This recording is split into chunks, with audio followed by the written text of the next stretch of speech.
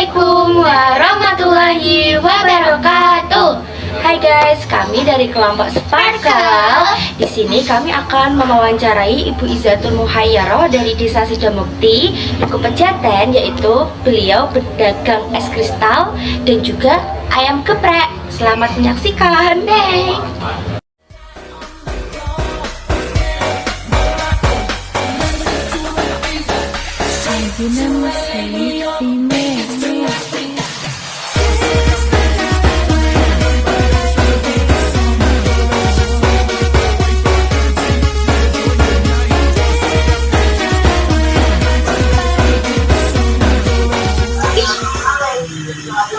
Assalamualaikum, nama saya Bu Izzatul Muhayyarah dari Sidamukti untuk agen es kristal. Saya ingin bertanya, apa yang membuat es kristal Buis berbeda dari es batu biasa?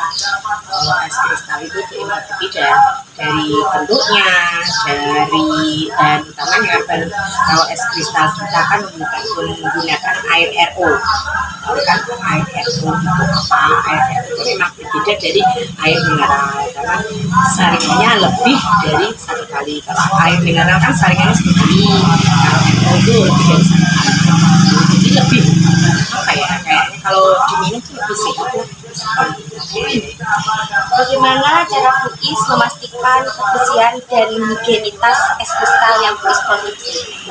Kalau masalah itu kita dari karyawannya sendiri, SP-nya itu pertama sepatu boot, pakai sepatu boot untuk di sana itu selalu menggunakan kalau plastik itu kan plastiknya selalu plastik dari memang tertata rapi dan tidak boleh di sembarang tempat untuk penempatan plastiknya sendiri. Terus dari untuk karyawannya itu selalu ada air mengalir untuk mencuci tangan. Apa saja peralatan utama yang dibutuhkan untuk memulai usaha ini? Peralatan utama yang pertama ya harus mesin ya, harus ada mesin pembuat es kristal, ada air untuk membuat es kristal itu sendiri, terus alat transportasi, terus alat penunjang lainnya.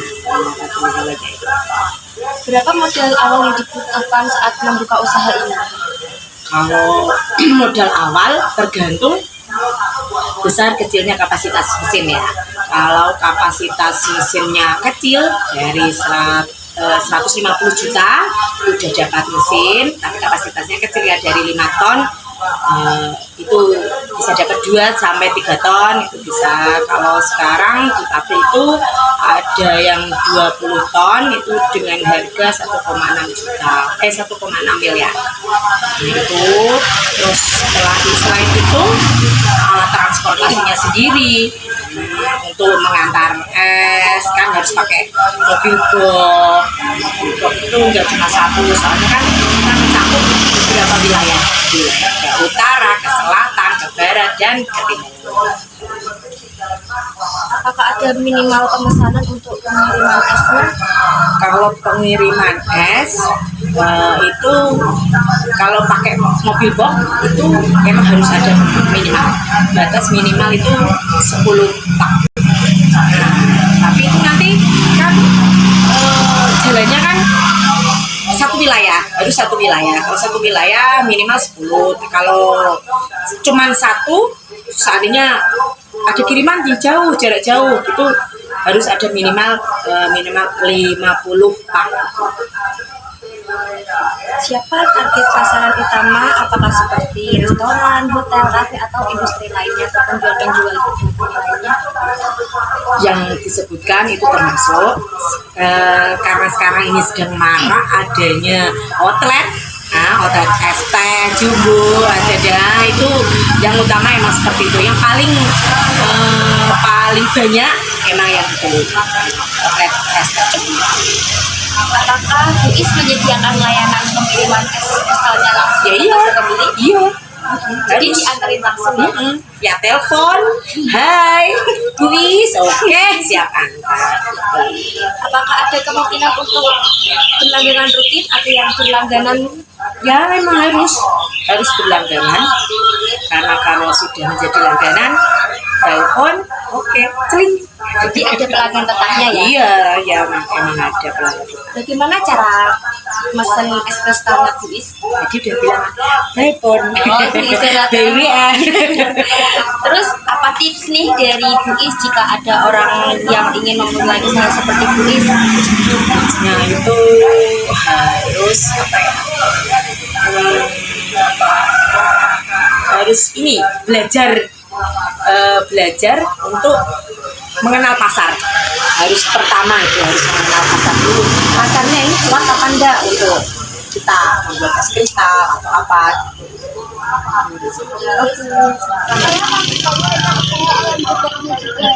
Ya Mbak.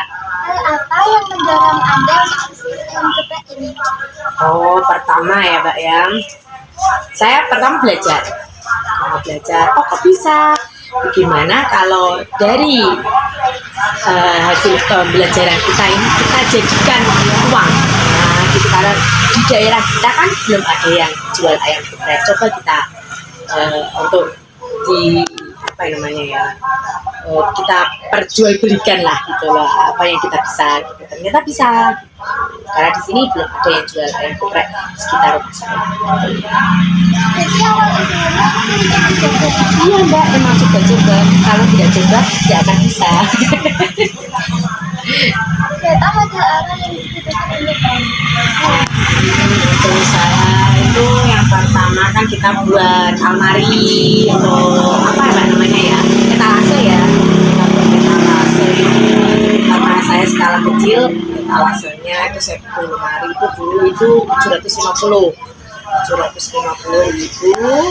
Terus untuk sama ayam pertama itu saya coba 2 kilo, pertama 2 kilo dulu waktu itu sekitar 40-an, jadi kalau 2 kilo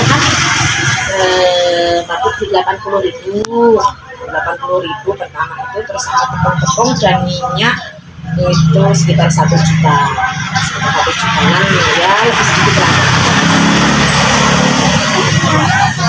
pemasukan kualitas bahan baku tetap terjaga. Kalau bahan baku tetap terjaga, yang pertama kalau ayam ya Mbak ya, ayam itu selalu saya masukkan ke freezer. Nah, untuk menjaga kualitas apa ya, kesegaran ayam kan kita setelah ayam kita marinasi kita masukkan ke freezer. Itu untuk tepung kan kalau kita tutup rapat dan tidak ada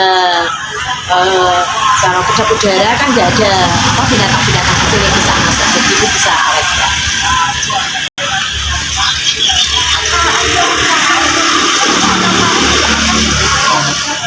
Pengen sih Mbak sebenarnya, dengan kalau kita lihat di luar sana itu kan ada ayam apa namanya, biasanya kan ayam geprek yang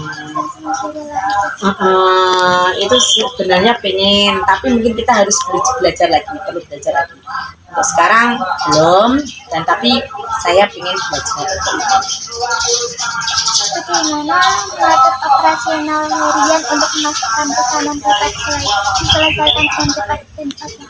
Kalau ada pesanan kita atur jam Mbak, kita atur jam. Oh, kalau 1 kilo berapa pesanannya gitu kan, kita atur jam.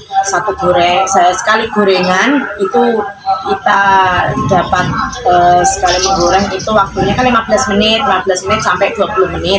Nah itu kita atur, oh ini ada berapa pesanan, lalu kita atur waktunya, kita atur sendiri lah Mbak.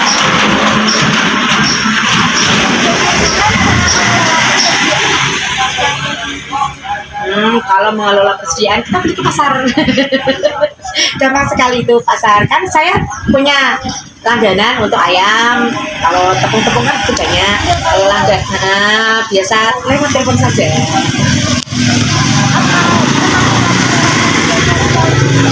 Iya Mbak, pertama itu status WA. Status WA itu pertama, itu kan termasuk media sosial ya Mbak ya.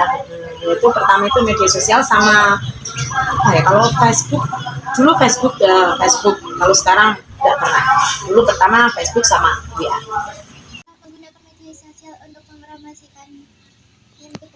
Ya, ya, karena saya punya, karena di WA itu saya sasaran utamanya siapa yang menyimpan nomor saya bisa melihat status WA saya. Di situ saya dengan menggunakan kata-kata, dengan menggunakan gambar yang menarik sehingga para netizen tertarik untuk bertanya. Pertama bertanya Mbak, bertanya setelah bertanya kita menyodorkan gambaran sesuai dengan realita apa yang saya omongkan dan yang saya berikan di status WA itu.